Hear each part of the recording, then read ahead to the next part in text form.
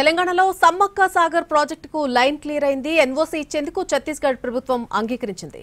రాయ్పూర్లో CM Vishnudev సాయిని తెలంగాణ నీటిపారుదల శాఖ మంత్రి ఉత్తమ్ కుమార్ రెడ్డి కలిశారు. ఛత్తీస్గఢ్లో నీట మునిగే భూభాగానికి పరిహారం భరించేందుకు తెలంగాణ అంగీకరించింది. ములుగు జిల్లా తుపాకులగూడెంలో 6.7 టీఎంసీల సామర్థ్యంతో ఈ సమ్మక్క సాగర్ డ్యాం నిర్మాణం జరుగుతోంది. ఈ ప్రాజెక్టు వల్ల నల్గొండ, వరంగల్లో తాగునీటి సమస్యలకు పరిష్కారం లభించబోతోంది. రామప్ప పాకాల లింక్ కెనాల్ కింద కొత్తగా 12,146 ఎకరాలకు నీరు అందుతుంది. వరంగల్, సూర్యాపేట, మహబూబాబాద్, జనగాం, ఖమ్మం జిల్లాలకు లబ్ధి చేకూరుతుంది.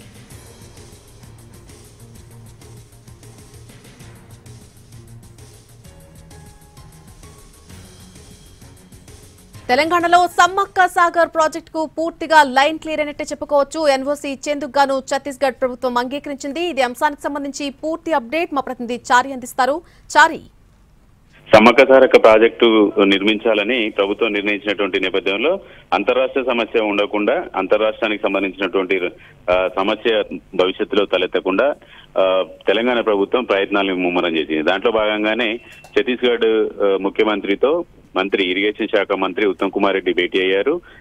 సాధారణంగా సిడబ్ల్యూసి అనుమతి ఇవ్వడానికంటే ముందు అంతర్రాష్ట్ర సమస్యలు ఉన్నటువంటి ఆ రాష్ట్రాల నుంచి ఎన్ఓసి ఇస్తే అనుమతి ఇస్తామనేటువంటి ఒక ప్రతిపాదన పెట్టింది. ఈ నేపథ్యంలోనే తెలంగాణ కడుతున్నటువంటి సమ్మక్క సారక్క ప్రాజెక్టుకు సంబంధించి ఛత్తీస్గఢ్ రాష్ట్రం యొక్క ఎన్ఓసి కూడా అవసరం అవుతుంది. కాబట్టి ఆ ఎన్ఓసిని ఇవ్వటానికి ఛత్తీస్గఢ్ ప్రభుత్వం కూడా అంగీకరించినట్టు తెలుస్తుంది. ఇవాళ ఛత్తీస్గఢ్ వెళ్ళినటువంటి ఉత్తమ్ కుమార్ రెడ్డి సమ్మక్క సారక్క ప్రాజెక్టు యొక్క కాస్ట్, అలాగే ఇక్కడ ప్రాజెక్టు కడితే ఛత్తీస్గఢ్ రాష్ట్రానికి సంబంధించి ఏదైనా ముంపు జరిగితే ఆ ముంపుకు సంబంధించినటువంటి పూర్తి పరిహారాన్ని ఇవ్వడానికి కూడా తెలంగాణ ప్రభుత్వం సుముఖంగా ఉంది అని చెప్పేసి అక్కడి ప్రభుత్వానికి భరోసా ఇచ్చింది. ఈ నేపథ్యంలో ఛత్తీస్గఢ్ ప్రభుత్వం కూడా ఎన్ఓసి ఇవ్వడానికి సుముఖత వ్యక్తం చేసినట్టు తెలిసింది.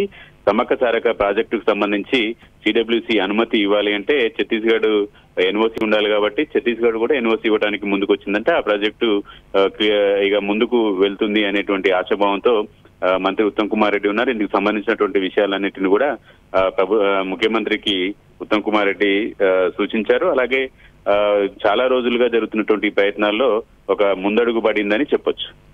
Right Chari, thank you for the update.